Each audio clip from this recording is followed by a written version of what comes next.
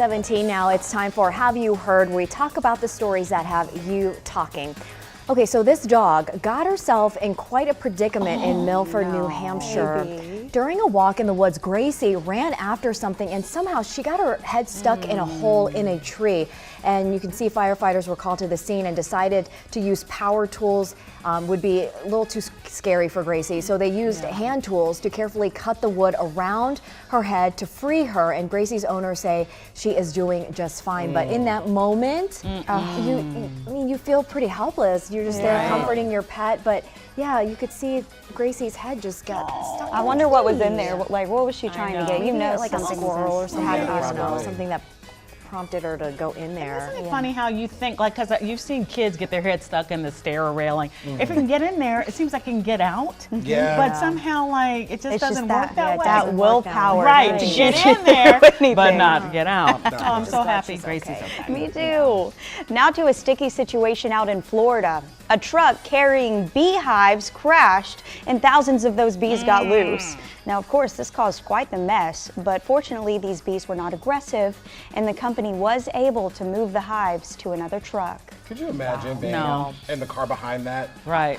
I mean, just that alone. I know. It is too much. Could they corral them all back, or were the bees free, I wonder? Well, I've seen beekeepers do their magic when there's like a swarm of bees. They have a way of like getting the bees all, because the queen bee, they look for find the queen. and they just like all just kind of swarm back in together. It's pretty magical when you watch these videos. I think it is, they're able to pick up the pheromones of the queen, and they're attracted to that. Yes. I believe that.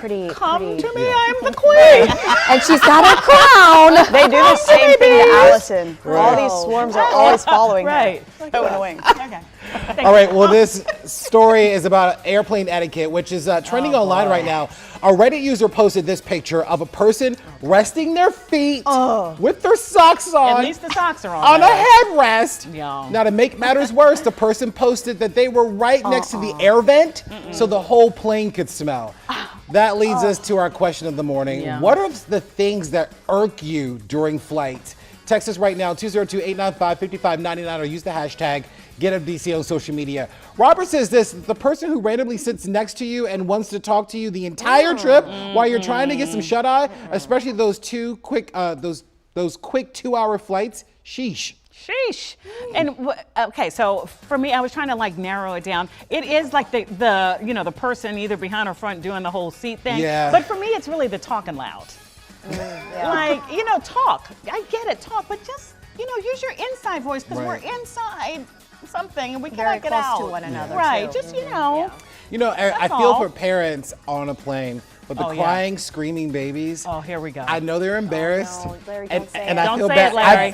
I feel bad for them. Larry. But I'm sorry, your kid is making all this noise. How do you stop them from crying? You know what? Take Greyhound, because it's just too much. They are kids. At Larry Miller. Listen, it's all love, but check your kid. It's gonna be a love to when you have your baby. Well, you listen. Check back in. Okay. We'll do that. Coming